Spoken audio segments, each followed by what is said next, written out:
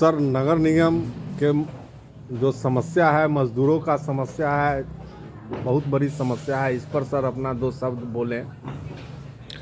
बिहार में जितने भी श्रमजीवी लोग हैं, जो अपने श्रम से, अपने खून पसीने से बिहार को गढ़ने और रचने का काम कर रहे हैं, चाहे वह सफाई कर्मी हों या भवन बनाने में लगे हुए लोग हों, होटल में काम करते हों या कहीं संविदा पर काम करते हों, कार्यालय में काम करते हों, इनके साथ जो वेलफेयर स्टेट की जो परिकल्पना है, लोक कल्याणकारी राज्य की अवधारणा है, मैं समझता हूँ बहुत ही अन्याय हो रहा है।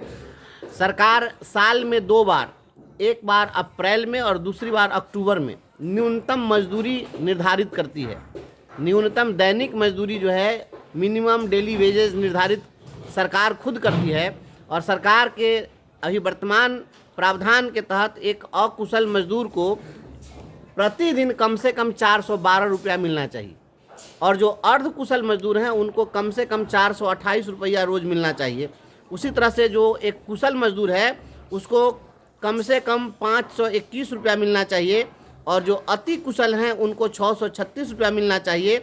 और जो लिपिकीय काम कर रहे हैं, कोई ऑफिस में लिखने पढ़ने का काम कर रहे हैं, ऐसे लिपिकीय या पर्यवेक्षकीय सुपरवाइजरी का जो काम कर रहे हैं उनको कम से कम 1178 रुपया मिलना चाहिए। ये सरकार के द्वारा बनाया गया प्रावधान है। अब बात करते हैं कि क्या नगर निगम में जो काम करने वाले लोग हैं, जो प्रतिदिन सफाई के काम में लगे हुए हैं, डेली बेसिस पर काम कर रहे हैं, चाहे किसी कॉलेज में हो, यूनिवर्सिटी में हो, किसी शैक्षणिक संस्थान में हो, होटल में हो, मॉल में हो, किसी सरकारी कार्यालय में हो, क्या उनको इसके हिसाब से मिल रहा है? सरकार जो खुद कानून बनाती है उसका सरकार खुद पालन नहीं करती है।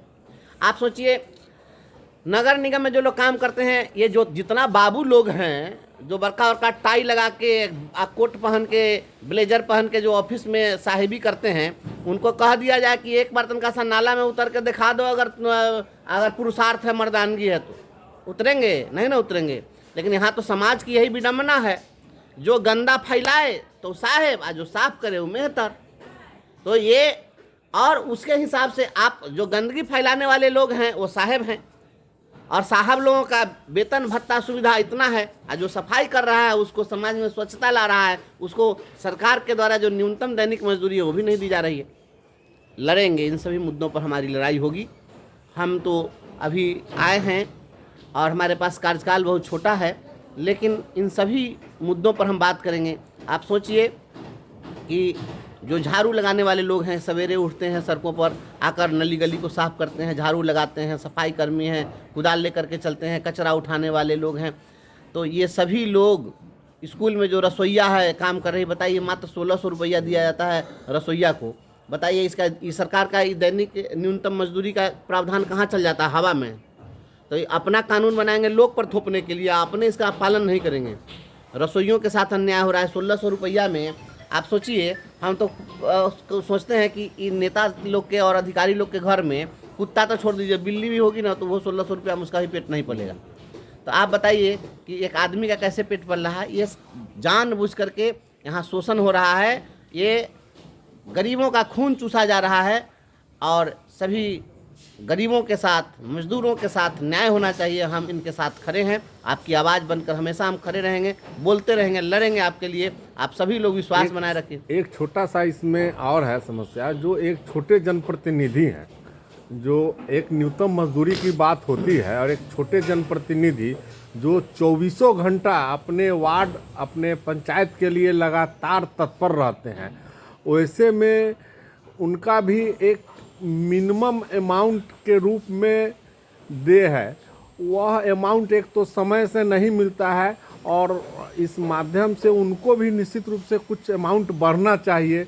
इस पर भी अगर दो शब्द अगर सर बोले तो। देखिए, ऐसा है कि हमारे देश में जो माननीय लोग हैं, जो विधायक हैं, विधान पार्षद हैं, सांसद हैं, मंत्री हैं, तो ये सभी लोगों की जो सुविधाएं हैं, इनको जो वेतन मिलता है, ये सब वेतन ये लोग अपने से जो वहाँ पर बनाना है, तमेज थपथपा के लोग पास करा लेते हैं, अपना सब लोग सुविधा बढ़ा लेते हैं।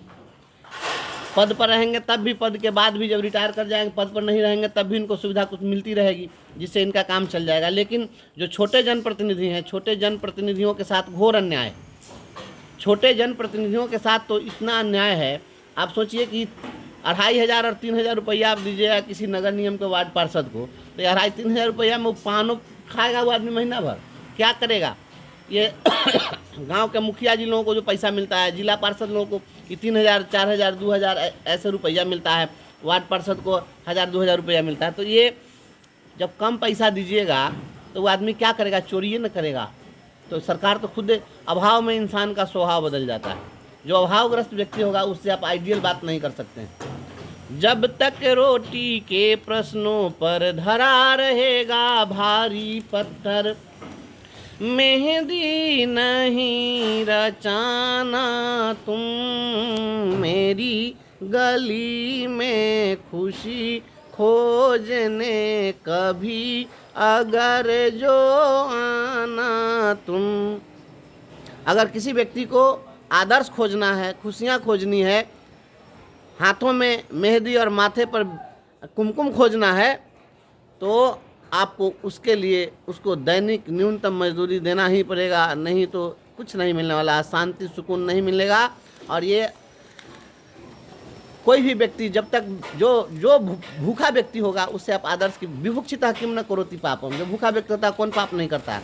तो चोरी करेगा, बेईमानी करेगा, योजना में कमीशन खोरी करेगा, उसको पर्याप्त पैसा नहीं दीजिएगा, कोई भी जनप्रतिनिधि कहाँ से लाएगा? सुबह उठता है, गांव में जो मुखिया हैं, वार्ड पार्षद हैं, वार्ड सदस्य हैं, नगर निगम के जो वार्ड पार्षद हैं, सुबह सुबह वार्ड पार्षद जी के दरवाजे पर लोग पहुंच जाते हैं, जे वार्ड पार्षद जी हमारे मोहल्ला में कुत्ता मर गया है, तो इधर बिल्ली मर गई है, तो यहाँ पर ये गंदगी